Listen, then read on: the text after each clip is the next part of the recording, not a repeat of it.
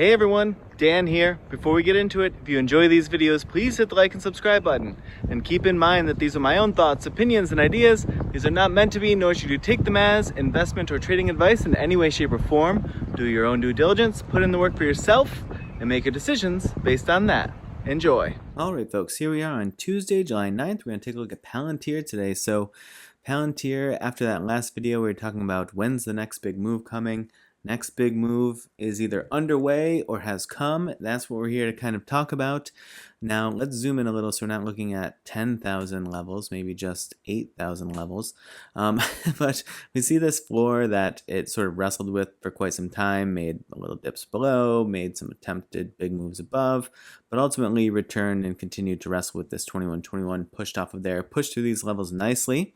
And now we're up, sort of stretching continuously, trying to stretch to that $30 level, which the levels that I have that are in contention of that $30 approach and are likely to wrestle or need to reconfirm, what have you, 26.79, 28, and then we have not seen it yet, 29.19, at least not in this current rally. Now, my question here is obviously with yesterday's candle, we got to push almost to the penny. What was the high? Yeah, $27.99. So within a penny of that $28 level that we had. And then today, sort of really crisscrossing this level, but not then stretching to the further level down. My question right now is, it's going to depend how this continues to play out. But the high on this day was 27.25. The low so far today coming in at 27.23. So with these tight in candles and being in between main levels, at least as I have them on the chart, the question to me will be, will that be sort of a reconfirmation of that top where the buying pressure kind of exhausted previously and it sold through it here on the following day before it pushed off and tried to stretch to the next level? And is this just a dip to reconfirm where those sellers had kind of, came in strong just a few days ago? Are the buyers now the ones who are going to step in at that level, being that there was this price action in between? That's my most immediate sort of short-term question. We'll see what that matters or how that plays out as things kind of continue to roll here.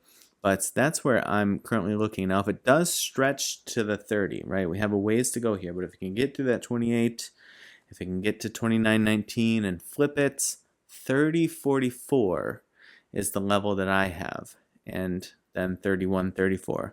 And you might be saying, what is that? Well, way back here, there's a gap. Way back here, the gap was left between February 12th, 2021 and February 16th, 2021. Left this here gap, and that's the gap that it would fill. So we're getting, that's sort of the game that we're playing at the moment. We're getting close to that gap fill from that period of time. I'm not saying that that's, in current day, what's driving the price action there. I'm not saying that. What I'm saying is there was a gap that was left there from previous buyers and sellers, and it'll be interesting to see if it does move through there, what that looks like, especially because, as I see it, and I could obviously be wrong, but as I see it, I have that 29.19 and then I have 30.44. It doesn't mean things won't get a little sticky right around 30, but I don't see that, like that actual $30 level, being the big wall. It may end up being, and I could be wrong, but if things continue to play out as I see them, which historically I feel like the levels have held up really well, that's what I'm looking at. Reconfirm or build off of, or whatever happens at 29.19, if it gets there, right? If it kind of goes through it and comes back and reconfirms, or if it just kind of pins itself to it for a while and then it makes a move. If it does move to that level, I'm curious to see if I'm actually correct that that 30 doesn't really become the sticking point, but actually that approach toward the mid 30s, 30.44, aka 30.50. So we'll see what that looks like. But for now, it has to at least contend with this big wick up yesterday, and then a bit of a pullback today as it tried to stretch through that 28, and investors, at least for the time being, going no. We're going to keep this under 28, or at least a lot of folks seeming happy to sell above 28. Maybe that's a better way to put it. But I am, again, really interested to see if it doesn't sell off a bunch. We have less than 2 hours left before close as I'm recording this video, but it'll be interesting to see if it does, like I say, if it doesn't come and put in further wick down, or if this body doesn't come back down and fill through the wick as it currently stands, it could sort of signify that's where the sellers were previously, or where the buyers at least sort of topped out. The buyers are now seeing as an opportunity to step in and buy the dips into that same level. So we'll see how that sort of looks. Now, I know this looks like a mess, but let me just talk about it for a moment. Let's talk about the ATR levels first, because then we can get them off the chart and it'll make everything a little bit easier to look at. Now, there's a couple of things happening. Yes, you see the price action is up out of the channel. And what do we always look for when price leaves the channel to the upside or the downside? We look for it to return back into the channel, ultimately testing the mid-range of the channel. And that's what we saw here, for instance. However, big differences here, as it pertains to the ATR levels at least, is this was coming in and building a base just at or above the call trigger in this period of time, and then it fulfilled the full 1 ATR level up, and then it came back in, and now it's continued that push through. All the ATR levels have reset for the month of July, and right now we are just getting sort of our first few stretches above the call trigger for July. And right now we're hitting this first level, right, which is situated right about 28.29, so just a little bit below today's high, at least for the time being.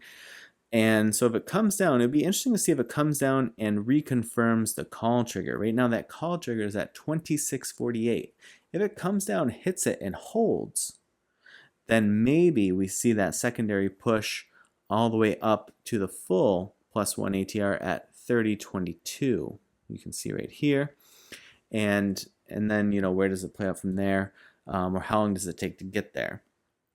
So that's the case. If it does fall below that, then we have several levels in here. We have one here right around 25.30 or so, and then the put trigger is 24.18, and then you see the minus 1 ATR all the way down at 20.44. So obviously if things start to take that sort of a shift, then we can talk about it. But for now, those are the ATR levels that I'm going to be looking at, and so I'm sort of wondering how impactful it is at this particular moment that Palantir is just purely out of the channel.